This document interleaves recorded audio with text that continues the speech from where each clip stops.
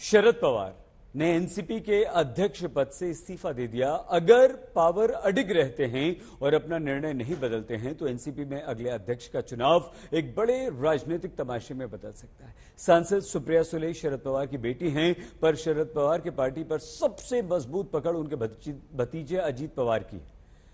क्या शरद पवार अपनी बेटी की जगह अपने भतीजे अजीत पवार को पार्टी की कमान देना चाहेंगे? पवार साहेब अध्यक्ष नाही म्हणजे पक्षामध्ये नाही। अरे चुबण्ण, अरे वेड्यांनो, तुम्ही विनंती करू शकता। आम्हाला म्हणतील बस खाली। शरद पवार के इस्तीफे के ऐलान के बाद जब एनसीपी के कार्यकर्ता नेता दुखी हो रहे थे, शरद पवार से पद पर बने रहने की गुहार लगा रहे थे, अजित पवार के चेहरे पर अलग ही गुणाभाग चल रहा था। उनके चेहरे पर खलबली थी। पवार के इस्तीफे पर आ रही प्रतिक्रियाएं देखकर अजित पवार थोड़े तनाव में भी नजर आ रहे थे।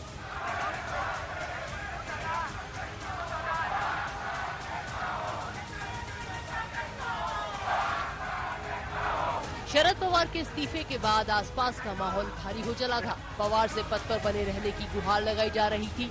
कई नेता रो पड़े थे, पर अजित पवार तो मानो अलग ही दुनिया में थे। किसी को डांट रहे थे, किसी को फटकार रहे थे।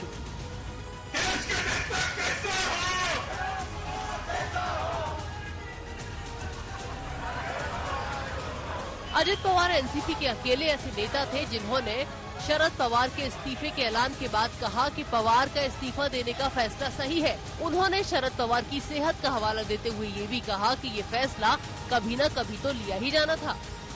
गैरसमज करून घेता है की पवार साहेब अध्यक्ष नाही म्हणजे पक्षामध्ये नाही अशातला भागच येत नाही।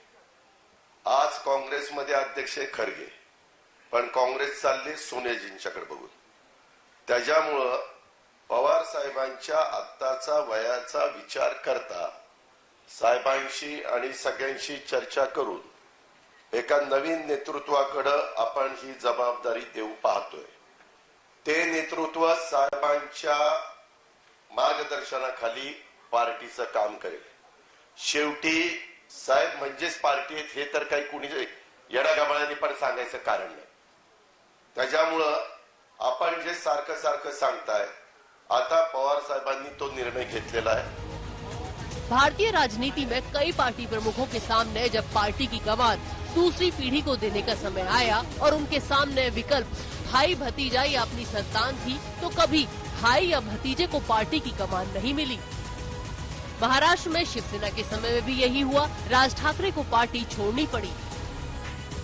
यूपी में मुलायम सिंह के जीते जी पार्टी की कमान शिवपाल यादव को नहीं मिली। अखिलेश यादव ही पार्टी के सर्वेसर्वा बने।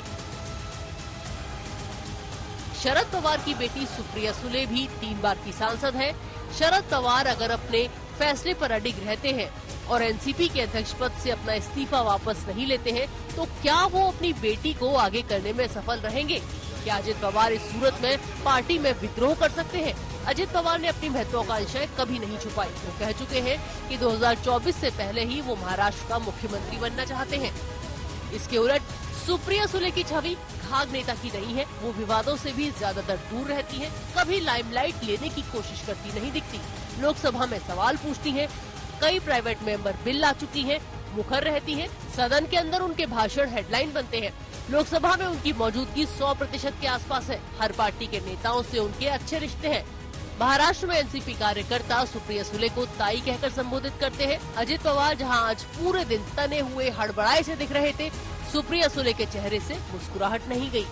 2006 में सुप्रिया सुले ने इंडिया टुडे से कहा था, मैं अपने आप को अपने पिता के उत्तराधिकारी के तौर पर नहीं देखती, ये समय ही बताएगा।